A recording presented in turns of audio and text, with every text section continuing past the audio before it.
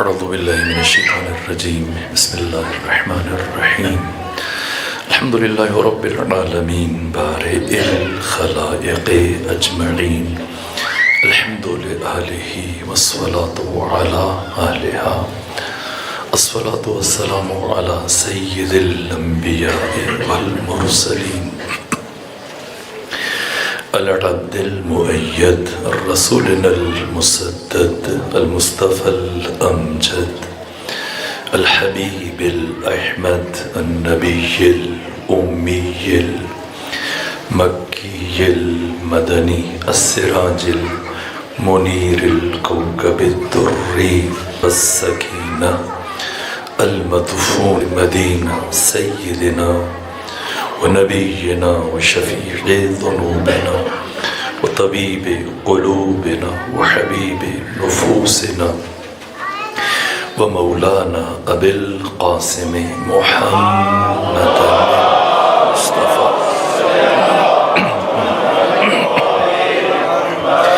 وأهل بيته الأطيبين الأطهرين الأنجبين المعصومين المظلومين ولعنة الله على أعدائهم ومنكري فضائلهم وغاصبي حقوقهم من شوم عداوتهم إلى الآن ومن الآن إلى قيام يوم الدين أما بعد فقد قال حق سبحانه وتعالى بسم الله الرحمن الرحيم يا أحمد لولاك لما خلقت الأفلاك ولولا علي لما خلقتك ولولا فاطمة لما خلقتكما صلوات بيجي خاندان فاطمة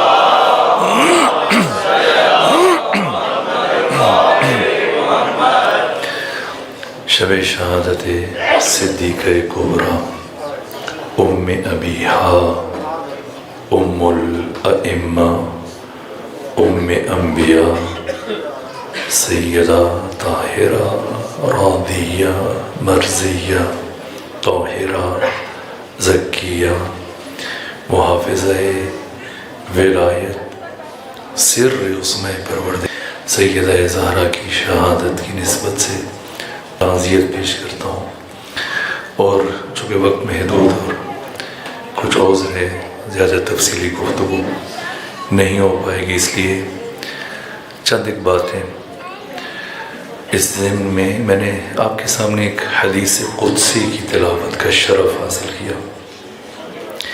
یہ حدیث قدسی عام طور پہ اس کا ایک ابتدائی حصہ پڑھا جاتا ہے، لیکن کامل طور پر کم بیان کیا جاتا ہے۔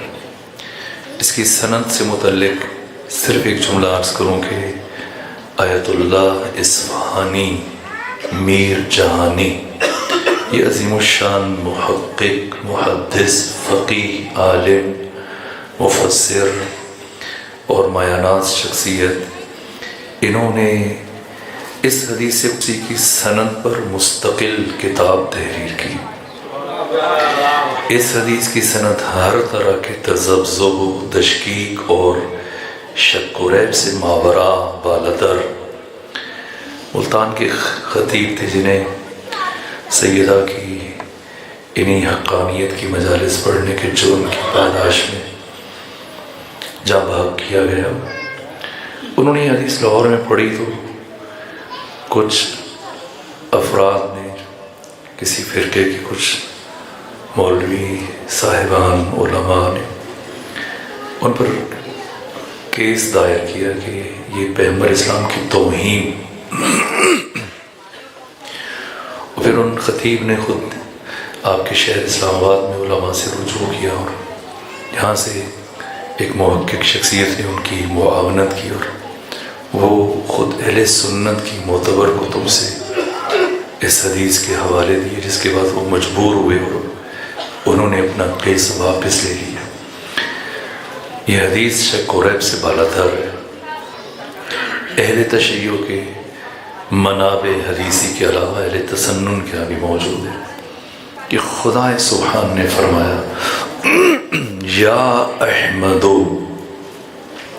لولاک لما خلقت الافلاق، اے میرے مصطفیٰ اگر تیری تخلیق مقصود نہ ہوتی میں کائنات کو نہ بناتا۔ پھر فرمایا وَلَوْلَا عَلِيٌّ لَمَا خَلَقْتُكَ، اگر علی کی تخلیق مقصود نہ ہوتی میں آپ کو اس عالم ناسود میں، اس جہان مادہ میں آپ کی نور کو نہ بھیجتا۔ اور اے محمد اور اے علی، لولا فاطمۃ لما خلقتکما، اگر فاطمہ زہرا کو اس عالم ہست و رود میں، اس کائنات میں بھیجنا میرا مقصد نہ ہوتا تو میں ہرگز آپ دونوں کو بھی اس کائنات میں نہ بھیجتا۔ عام طور پر جو مشکل پیش آتی ہے اور جو پریشانی بنتی ہے کہ بھائی اس کا مطلب تو علی پیغمبر سے افضل ہے اور سیدہ ہر دو سے افضل ہے۔ نا، یہ ہمارا کلچر ہے، ہمارا سوچنے کا انداز ہے۔ اس حدیث قدسی میں پروردگار افضلیت کو بیان نہیں کر رہا، مقصدیت کو بیان کر رہا ہے۔ اگر پروردگار پیغمبر اسلام کو بھیجے لیکن علی کو نہ بھیجے تو پیغمبر اسلام اور تمام انبیاء کی ساری محنتیں اور تعلیمات ضائع ہو جائیں، نابود ہو جائیں۔ خدا خالق عقل ہے، خدا حکیم، بے نتیجہ، عبث، اضافی، غیر ضروری کام انجام نہیں دے سکتا۔ کہ ایک بے نتیجہ کام انجام دے کہ پیغمبر کو بھیجے لیکن اسے نہ بھیجے جو پیغمبر کی محنت کو بچائے۔ پیغمبر کو بھی بھیجے، علی کو بھی بھیجے، لیکن اسے نہ بھیجے کہ جو ان دو کی محنتوں کو بچائے۔ سمجھنا ہے کہ نبوت کیا ہے، سمجھنا ہے کہ امامت و ولایت کیا ہے، تاکہ سمجھ میں آ جائے کہ فلسفہ ارسال نور فاطمہ زہرا کیا ہے۔ اللہ صلی نبوت قانون ہے، رسالت قانون ہے۔ نبوت و رسالت اصولوں کا، قوانین کا، آئین حیات کا ایک مجموعہ ہے، دستاویز ہے، دستور ہے، منشور ہے۔ اور قانون ہمیشہ نافذ کرنے کے لیے بنایا جاتا ہے، ورنہ خود قانون برائے قانون کی ارزش نہیں ہے، حیثیت نہیں۔ قانون ہمیشہ نفاذ کے لیے بنایا جاتا ہے۔ یہی وجہ ہے کہ جب پیغمبر گرامی اسلام کی زحمات، تعلیمات، آپ کی نبوت آخری مرحلے تک پہنچی اور 99.99% دین پہنچا دیا، کتاب الطہارت سے لے کر کتاب الدیات تک 56 فقہ اور احکام کی جو کتب ہیں، ان کے اندر موجود لاکھوں احکام، ان کی جزیات پیغمبر نے ایک ایک کر کے 23 سالوں میں بیان کیے، ان کی تشریحات بیان کی، اخلاق بیان کیے، معارف بیان کیے، حکم بیان کیے، قرآن مجید کی تفسیر بیان کی، شریعت کو مدون کیا۔ سب کچھ 21 دن پہلے ماہ ذیقعد کی 1 تاریخ کی شب میں پروردگار نے یہ آیت نازل فرمائی، یا ایھا الرسول، نہ طٰہٰ، نہ یاسین، نہ مزمل، نہ مدثر، نہ نام، نہ لقب، نہ 4 مرتبہ اس میں محمد قرآن میں آیا، 1 مرتبہ اس میں احمد قرآن میں آیا، 99 کم سے کم ختمی مرتبت کے القاب ہیں جن سے خدا نے پیغمبر اسلام کو خطاب کیا، لیکن نہ نام ہے نہ لقب۔ کیا فرمایا؟ یا ایھا الرسول، یہ بھی نہیں فرمایا یا ایھا النبی، اسی کہ نبی اور رسول میں بہت فرق ہے۔ ہر رسول نبی ہے لیکن ہر نبی رسول نہیں. 1,24,000 انبیاء میں سے صرف 313 رسول ہیں. رسول پر بھی وحی نازل ہوتی ہے، نبی پر بھی وحی نازل ہوتی ہے، لیکن نبی پر ابلاغ واجب نہیں ہے، تبلیغ واجب نہیں ہے. اس کا معاملہ خدا کے ساتھ ہے. ممکن ہے کہ ایک وقت میں 100 سے زیادہ نبی آئے ہو، اور ممکن ہے کہ ان کے گھر والوں کو بھی نہ پتہ ہو کہ یہ نبی، ان کے دل پہ الہام ہو، ان کے دل پہ الہام ہو رہا ہے، ان کے دل پر وحی ہو رہی ہے، ان کا خدا سے معاملہ. لیکن تبلیغ واجب نہیں ہے جس پر تبلیغ واجب نہیں ہے جس پر تبلیغ واجب ہو، اسے رسول کہا جاتا ہے. رسول صرف 313 ہیں. اور پروردگار نے اب جو آپ کی حیات طیبہ کے 4 مہینے پہلے آپ کی وفات سے فیصلہ کن انداز میں جو حکم دیا، یا ایھا الرسول بلغ، پہنچائیے، ما انزل الیک، جو آپ پر نازل کیا جا چکا ہے. اس شب میں وہ پیغام پیغمبر کو منتقل نہیں کیا گیا، وہ پیغام پہلے منتقل کیا گیا تھا، اب اس کے ابلاغ کی نوبت ہے. وہ کب منتقل ہوا؟ جب ختمی مرتبہ، پہلی مرتبہ معراج پر تشریف لے کر گئے. اور سورہ مبارکہ نجم میں خدا نے فرمایا ثم دنا فتدلی فکان قاب قوسین او ادنا، کہ پھر وہ قریب ہوا اور قریب ہوا، یہاں تک کہ خدا اور مصطفیٰ کے درمیان 2 کمانے یا اس سے بھی کم کا فاصلہ رہ گیا. فَأَوْحَى إِلَىٰ عَبْدِهِ مَا أَوْحَى، تو اس وقت خدا نے اپنے عبد پر وحی کی جو وحی کی. اس میں جبرائیل شامل نہیں. جبریل کی آخری حد بیت المعمور ہے، آسمان چہاروں میں پیغمبر نے یہاں سے خدا حافظ کا. اس کے بعد آسمان پنجوں میں، ششوں میں، ہفتوں میں، عرش ہے، لوح ہے، قلم ہے، کرسی، سدرۃ المنتہا. عرش جگہ کا نام نہیں ہے، منتہائے مکان کو قرآن نے عرش کہا ہے. کرسی کسی زمانے کو نہیں کہا جاتا، منتہائے زمان کو قرآن نے کرسی کہا ہے. جہاں پر زمان کا تصور ختم ہو جائے یہ کرسی، جہاں پر مکان کا تصور ختم ہو جائے یہ عرش ہے. ماورائے زمان، ماورائے مکان. زمان کب وجود میں آیا؟ جب مکان وجود میں آیا. زمان اور مکان کا باہم چوری دامن کا ساتھ. جس لمحے مکان وجود میں آیا اسی لمحے زمان وجود میں آیا. زمان و مکان باہم ہے. اور سدرۃ المنتہا وہ مقام جو زمان و مقام سے ماورا بالاتر. سدرۃ المنتہا مکان نہیں، مقام ہے، مقام لاہوت، مقام اسماء و صفات. یہاں خدا نے اپنے حبیب کے ساتھ گفتگو کی جس میں جبرائیل شامل نہیں. فاوحا، تو وہی کیا، ما اوحا، نہ کسی گروہ کی میراث ہے، غدیر نہ کسی مسلک کی میراث ہے، غدیر سرمایہ بشریت ہے. امام الانبیاء سید الرسل ختمی مرتبت کہ قرآن بیان فرما رہا ہے کہ جن کی نبوت اور رسالت آنے کی وجہ سے تمام انبیاء کو نبوت ملی، آج اس ہستی کی اپنی نبوت اور پروردگار نے ختمی مرتبت کی 23 سالہ تبلیغ کو مشروط قرار دے دیا اور موقوف قرار دیا صرف ایک امر کی تبلیغ پر. کیا؟ علی اور علی کے بیٹوں کی ولایت، قیادت، سیادت، امامت، رہبری کا اعلان. سیادت، امامت، رہبری کا اعلان کہ اگر نہ کیا تو کچھ نہیں کیا. کیوں؟ اس لیے کہ اگر پیغمبر یہ اعلان کیے بغیر چلے جائیں تو کون ہو جو پیغمبر اور پچھلے انبیاء کی محنتوں کو بچائے اور قیامت تک ان کو نفاذ کا اہتمام کرے. یہ نظام ولایت.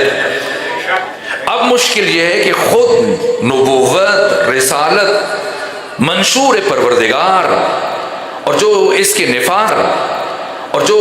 نفاذ کا اہتمام ہے یعنی ولایت، یہ خود محرز کا اہتمام ہے یعنی ولایت، یہ خود محرز خطر میں.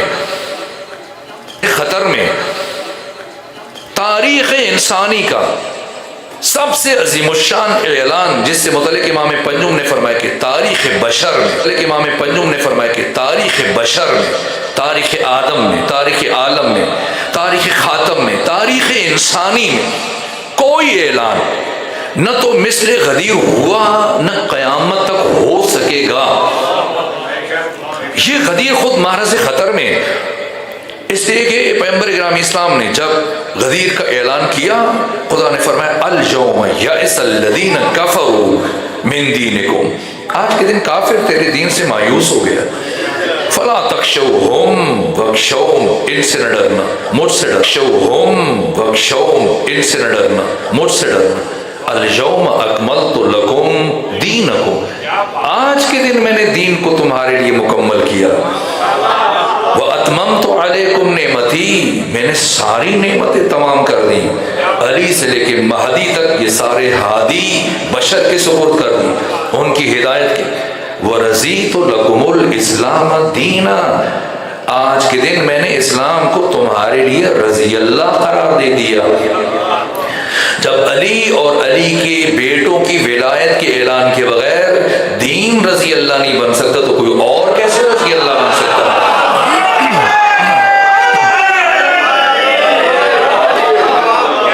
جب یہ اعلان کیا ختمی مرتبہ نے دین اور اس کے بعد ختمی مرتبہ 70 دن زندہ رہے، اور جب واپسی کا سفر کیا 5 دن، 70 میں سے 5 دن سفر میں گزر گئے، اور اس سارے سفر کی قاطع اکثریت علماء کی، محققین کی، ان کا بیان ہے، علماء اہل تشیع اکثریت کا یہی نظریہ ہے، محققین نے، مورخین نے، سیرت نگاروں نے پیغمبر اسلام کو زہر دیا ہے۔ اور ابھی میں جناب آلوسی کا حوالہ آتے ہوں سفر میں دیکھ رہا تھا، حضرت عبداللہ ابن مسعود سے پیغمبر نے فرمایا 1 مہینہ پہلے، اپنی وفات سے 1 مہینہ پہلے اس سے متعلق بیان کر دیا کہ مجھے زہر دیا جا چکا اور میں 1 مہینے سے زیادہ زندہ نہیں رہوں گا، اور پیغمبر اسلام مسلسل ضعیف ہوتے چلے گئے، کمزور ہوتے چلے گئے۔ زہر، کچھ زہر ہوتے ہیں جو فوری اثر دکھاتے ہیں، کچھ زہر ہوتے ہیں جو آہستہ آہستہ اپنا اثر دکھاتے ہیں، یہاں تک کہ جمعرات کا دن آیا، اور یہ پہلا دن کہ ختمی مرتبت نے محسوس کیا، جب تک ہمت ساتھ دیتی تھی، صحت ساتھ دیتی تھی، آقا نماز پڑھانے کے لیے خود چلتے تھے، یہاں تک کہ جب ختمی مرتبت کی حیات طیبہ میں صرف 4 دن باقی، اور اب جمعرات کا دن شروع ہوا، اور پیغمبر نے اٹھنا چاہا لیکن اب نقاہت ہے۔ اسامہ بن زید کون ہے؟ اسامہ بن زید 18 سال اور بیعت بھی نہیں کی، حزب حاکم کی بیعت نہیں کی اسامہ بن زید نے، نہ انہوں نے بیعت کی، نہ ان کے باقی ذیل میں لشکر کے جو باقی افراد تھے انہوں نے بھی بیعت نہیں کی۔ ان کے باپ زید بن حارثہ یہ جنگ موتا میں شہید ہوئے۔ 3 شخصیات ہیں، 3 کمانڈر، اور یہ ختمی امام بیہقی نے پیغمبر اکرام اسلام کے جو اعجازات بیان کیے کہ آقا صحابہ کے بیچ میں بیٹھے ہوئے، مدینے میں بیٹھے ہوئے، اور جنگ موتا روم میں لڑی گئی۔ ایک مرتبہ فرمایا کہ اب میرا عبداللہ بن رواحہ شہید ہوا، زمین پر گرا، اور اب علم جعفر طیار نے اٹھایا، اور پھر کہا اب جعفر طیار بھی شہید ہوئے، اور اب زید بن حارثہ کی شہادت۔ یہ 3 شخصیات، اور اب آپ جا کے دیکھیے ان تینوں کی قبر اکٹھی بنی، ایک ہی قبر میں تینوں آرام کر رہے ہیں، عبداللہ بن رواحہ، زید بن حارثہ اور جعفر طیار مولا متقیان کے بھائی، یہ تینوں شخصیات جنگ موتا میں شہید ہوئے۔ زید بن حارثہ کا بیٹا اسامہ بن زید، اس لشکر سے متعلق پیغمبر نے فرمایا کہ جو اس میں نہیں جائے گا وہ دشمن خدا اور دشمن رسول ہے، اور اس پر اللہ اور اس کے رسول کی لعنت ہوگی۔ جب 2 خواتین نے باری باری پیغمبر سے کہا کہ میرے بابا کو بھیج دیجیے، ایک نے کہا میرے بابا کو، کہا وہ ابھی تک مدینے میں ہے؟ بتایا کہ ہاں۔ حضرت غضبناک ہوئے اور کہا میں خود نماز پڑھاؤں گا۔ یہ بڑے بڑے اہل تسنن کے محققین ان کی کتابوں میں نے متعدد کتب میں دیکھا، ہمارے ہاں تمام منابع میں یہی بات کہ فاضل ابن عباس کے شانے پر ایک بازو رکھا، بایاں بازو، اور دایاں بازو مولا متقیان کے کندھے پر رکھا، اور اس طرح سے کہ آپ کے پاؤں زمین پر خط کھینچ رہے تھے، اور قریب تھا کہ ایک شخص تکبیرۃ الاحرام کہے کہ پیغمبر اکرام اسلام نے اس کو پکڑ کے پیچھے کھینچا، ہٹایا، خود آگے گئے، خود آگے گئے، نماز نہیں پڑھانے دی۔ اگر نماز پڑھا دی جاتی تب بھی نماز پڑھانا دلیل خلافت نہیں ہے۔ یہ عجیب بات، نماز پڑھانا اور خلافت ان دونوں میں کوئی تلازم نہیں۔ ان دو میں کیا تعلق ہے؟ فرض کیجئے کہ کسی نے نماز پڑھائی ہو، یہ بھی فرض کر لیجئے کہ پیغمبر اکرام اسلام کے حکم سے نماز پڑھائے۔ مشکات المصابیح جو سیاہ ستہ کا نچوڑ ہے، یہ مشکات شریف جو تمام دینی مدارس میں، اگر اس بخاری نہ پڑھا جائے، مسلم، ترمذی، ابن ماجہ، ابو داؤد، نسائی، مشکات ہر دینی مدرسے میں پڑھائی جاتی ہے، خواہ دیوبندی برادران ہو، خواہ بریلوی برادران ہو، خواہ اہل حدیث ہو، یہ مشکات کو دورہ کروایا جاتا ہے۔ مشکات المصابیح کے صفحہ نمبر 100 پر ابو ہریرہ سے یہ حدیث نقل ہوئی ہے پیغمبر سے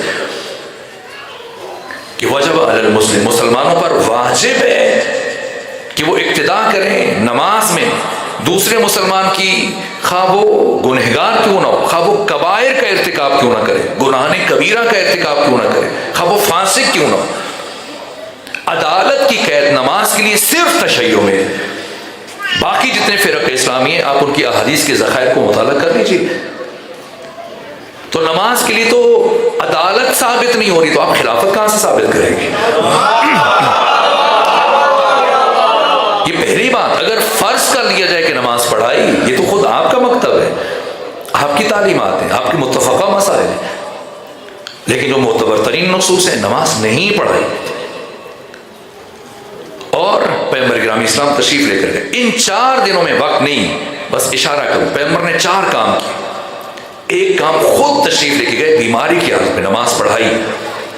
اگر نماز پڑھانا دلیل خلافت ہے تو ابن ام مکتوم، پیغمبر نے اپنی حیات طیبہ میں 83 جنگیں لڑی، جن میں 27 میں خود شرکت فرمائی، اسے غزوہ کہتے ہیں، جس جنگ میں پیغمبر خود گئے، اور 20 سے زیادہ غزوات میں پیغمبر اکرام اسلام اپنے صحابی ابن ام مکتوم کو معین کر کے جاتے تھے نماز پڑھانے کے لیے، جو نابینا تھے۔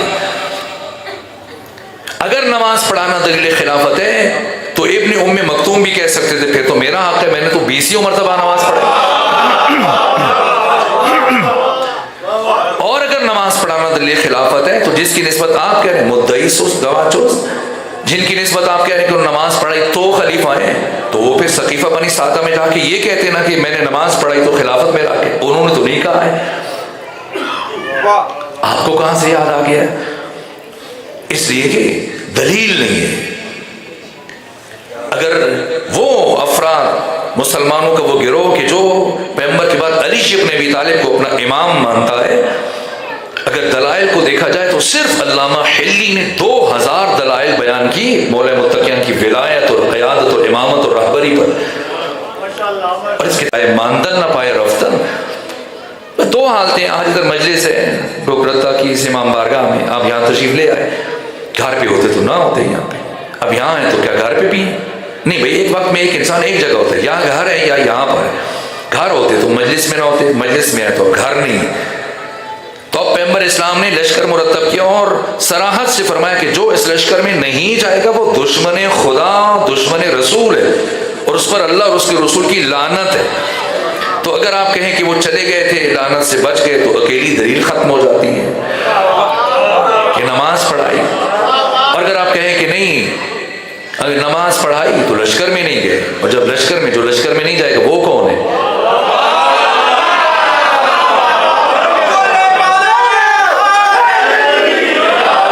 اسے پیغمبر کا جانشین بنائیں۔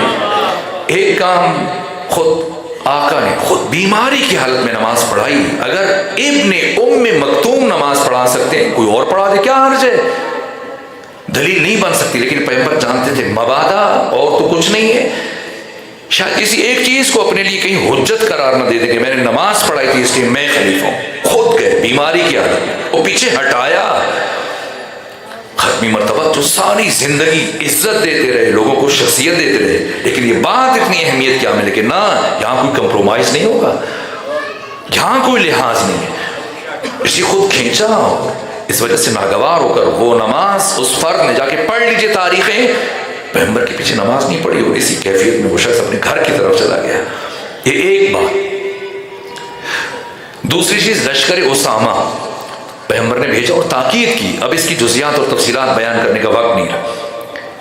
تیسری چیز ختمی مرتبت نے جمعرات کے دن جب آپ کی بیماری شروع ہوئی تو قلم و دوات مانگا۔ یہ تفصیل ہے، اس سے متعلق مستقل کتابیں لکھی گئی، ڈاکٹر تیجانی نے خود المیہ جمعرات کے نام سے اردو زبان میں بھی اس کا ترجمہ ہو چکا۔ کیا ہوا، ایسی تفصیلات ہیں، اتنا درد ہے۔ کائنات کے سب سے بڑے مظلوم پیغمبر گرامی اسلام، امام حسین سے بڑے مظلوم، مولا متقیان سے بڑے مظلوم، خود صدیقہ کبریٰ سے بڑے مظلوم۔ کسی میں جرأت ہے مولا متقیان سے متعلق کوئی جھوٹی حدیث کھڑے، کسی اور امام سے متعلق، پیغمبر سے متعلق لاکھوں جھوٹی حدیث کھڑی گئی ہیں۔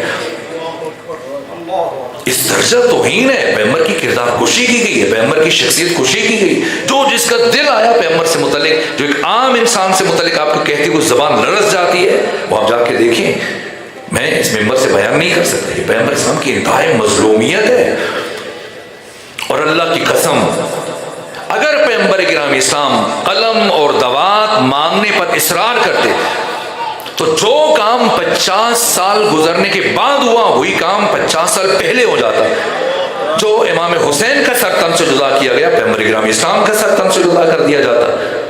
یہ حقیقت ہے، محققین کا اجماع ہے اس بات پر۔ یہ تمام آثار تھے، یہ ساری پلاننگ تھی۔ وہ 65 دن جو مدینہ میں گزرے افراد کے، قبائل کے سرداروں سے ملاقاتیں ہوئی، باور کرایا گیا، عہد جاہلیت کو لوٹایا گیا کہ ٹھیک ہے ان کی نبوت کو ہم نے تحمل کیا، لیکن ایک ہی خاندان میں نبوت اور امامت کیسے اکٹھی ہو جائے، کیسے مان لو؟ علی قتال العرب ایک ہی کو جا کے کہتے تھے، مگر تمہارے خاندان کا وہ کیا شجاع جوان تھا جو علی کے ہاتھوں فلاں جنگ میں مارا گیا، اگر علی ہماری گردن پر مسلط ہو گئے پھر تو کسی کی خیر نہیں ہے۔ اور علی خشن ہے، علی سخت ہے حدود الہیہ کے اجرا کے معاملے میں۔ ان قبائلی عصبیتوں کو ابھارا گیا، عہد جاہلیت کے افکار کو پھر سے تازہ کیا گیا، مسلسل پہ ہم ملاقاتوں پہ ملاقاتیں منصوبہ بندی ہوتی ہے۔ اس لیے پیغمبر گرامی اسلام اس کے تدارک کے لیے، تاکہ وہ افراد کے جو مولا متقیان کی محب ہیں، حامی ہیں، قریبی ہیں، صرف وہ مدینہ میں رہیں، باقی باہر چلے جائیں، اور اللہ کی امانت سہولت کے ساتھ مولا متقیان کو منتقل ہو جائے۔ لیکن ان کو بھی پتا تھا کہ کیا ہونے جا رہا ہے، بار بار منع کے باوجود، یہاں تک کہ اسامہ بن زید آئے، عرض کہ یا رسول اللہ میں بیماری میں آپ کو نہیں چھوڑ کے جا سکتا، کہا میرا امر ہے کہ فوراً روانہ ہو، اور اگر اب تمہیں میری موت کی خبر پہنچ جائے تب بھی تمہیں اجازت نہیں کہ مدینے کے اندر واپس آؤ۔ مقام جرف میں منتظر رہے، باقی افراد نہیں آئے، قلم و دوات نہیں دیا گیا، اور یہ جملہ کہا گیا کہ ہر امتی قیامت تک خون کے آنسو بہائے تب بھی کام ہے، ان الرجل لیہجر۔ میں اس کا ترجمہ نہیں کر سکتا، یہ کیا کہا گیا پیغمبر گرامی سے، کتنی بڑی گستاخی کی۔ اور پھر چوتھا کام، پیغمبر آخری دن سوموار کی صبح میں اٹھے، پہلے 3 کام انجام دینے کے بعد، اور اب آئے اور بمشکل چلتے ہوئے۔ میری خواہش تھی کہ میں فدق سے متعلق کچھ معروضات آپ کی خدمت میں عرض کروں، لیکن اب وقت نہیں، بس 2 جملے میں انتظار کروں کہ پڑھنے والے کو تشریف لائے، میں گفتگو کو سمیٹ لوں، موجود ہیں۔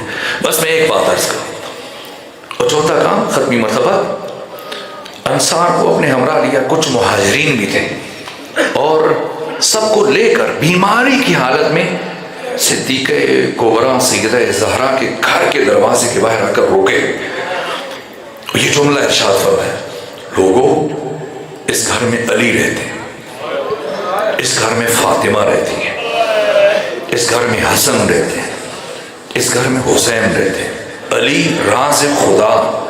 اس روایت کو امام موسیٰ کاظم علیہ السلام نے نقل کیا، اور اس روایت کو اپنی کتاب میں من الفاطمۃ الزہرا من المہد الی اللحد میں آیت اللہ قزوینی نے ذکر کیا، آیت اللہ وحید خراسانی نے بیان کیا، باقی علماء نے بیان کیا۔ یہ امام موسیٰ کاظم فرما رہے کہ میرے دادا، میرے جد رسول اللہ صحابہ سے فرمانے لگے، اے میرے صحابہ اس گھر میں علی رہتے ہیں، اس میں فاطمہ رہتی ہیں، اس گھر میں حسن رہتے ہیں، اس گھر میں حسین رہتے ہیں، علی راز خدا، فاطمہ راز خدا، حسن راز خدا، حسین راز خدا۔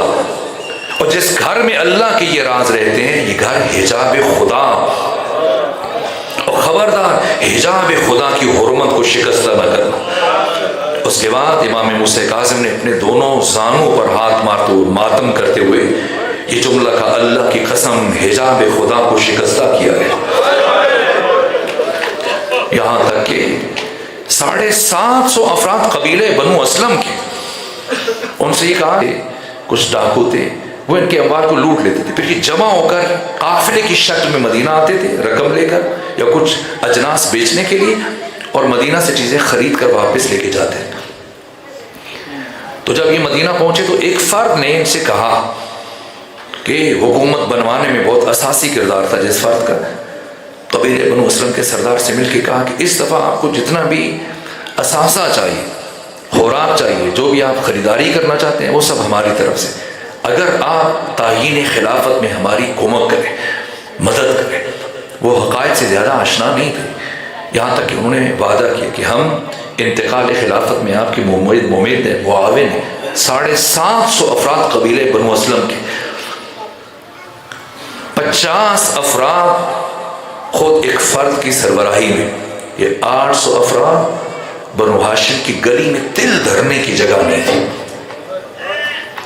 اور ایک شخص نے قنفذ سے کہا آگے بڑھو، در فاطمہ زہرا پر دستک ہو۔ آج تک پوری زندگی میں کسی کو جرأت نہیں ہوتی کہ اس انداز سے در سیدہ پر دستک دے۔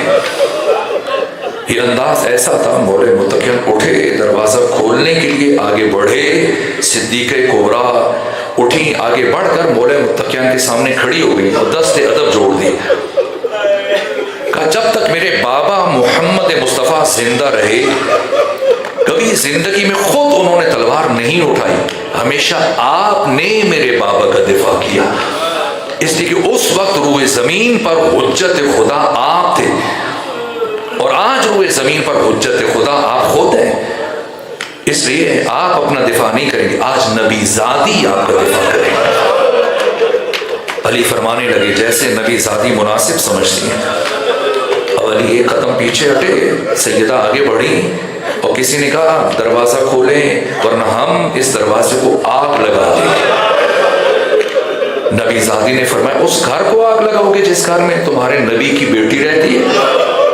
کسی نے جسارت آمیز لہجے میں کہا رہتی ہے تو رہتی رہے، اگر علی کو نہ بھیجا گیا ہم یہ سب کریں گے۔ بس کسی کے اشارے سے قنفذ آگے بڑھا، در فاطمہ زہرا کو آگ لگا دی، دروازہ جلنے لگا۔ میں نے پڑھا شیخ عباس قمی صاحب مفاتیح الجنان نے بیت الاحزان میں لکھا یہ شخص غصے میں اتنا بپھرا ہوا تھا اس نے دروازہ جلنے کا انتظار نہیں کیا، جلتے ہوئے دروازے کو ٹھوکریں مارنا شروع کی اور تھوڑی دیر کے بعد دروازہ گرا۔ اہل راولپنڈی دلوں پر ہاتھ رکھ کے مجھے بتائیے کیا یہ دروازہ زمین پر گرا؟ کاش زمین پر گرا ہوتا، لیکن امام زمانہ نوحہ پڑھتے ہوئے فرماتے ہیں میں اس لمحے کو کبھی نہیں بھلا سکتا جب میری دادی فاطمہ زہرا جلتے ہوئے دروازے اور دیوار کے درمیان تھی، اور جب بی بی گری اور 50 میں سے 11 افراد اس دروازے کو رونتے ہوئے اندر داخل ہوئے اور بی بی کی آواز بلند ہوئی فضا میری طرف بڑھو، میری پسلیاں ٹوٹ چکی ہیں، فضا میری مدد کے لیے آؤ، میرا محسن شہید ہو گیا۔ اور میرے آقا علی تک یہ خبر نہ پہنچے، یہاں تک کہ 11 میں سے ایک فرد جس کے ہاتھ میں رسی ہے جانتا ہے آج فاتح خیبر تلوار نہیں اٹھائیں گے، اس لیے کوشش کی کسی طرح سے حضرت کے گلوئے اطہر میں رسی ڈالے، لیکن نہیں معلوم کس طرح ان ٹوٹی ہوئی پسلیوں کے ہمراہ سیدہ اپنے مقام سے اٹھی، چلتی ہوئی آگے بڑھی، آگے بڑھ کر اس حملہ آور اور مولا متقیان کے درمیان کھڑی ہو گئی۔ فرمایا میری زندگی میں تو کبھی علی تک نہیں پہنچ پائے گا۔ اس شقی نے کہا اے نبی زادی درمیان سے ہٹ جائیے ورنہ وہ ظلم کروں گا کہ آپ ہٹنے پر مجبور ہو جائیں گے۔ سیدہ نے فرمایا قیامت تک نہیں ہٹوں گی، مجھے معاف کیجیے گا۔ اس شخص نے دایاں بازو فضا میں بلند کیا اور ایک ایسا تماچا نبی زادی کے رخسار پر مارا، اللہ لعنت اللہ علی القوم الظالمین۔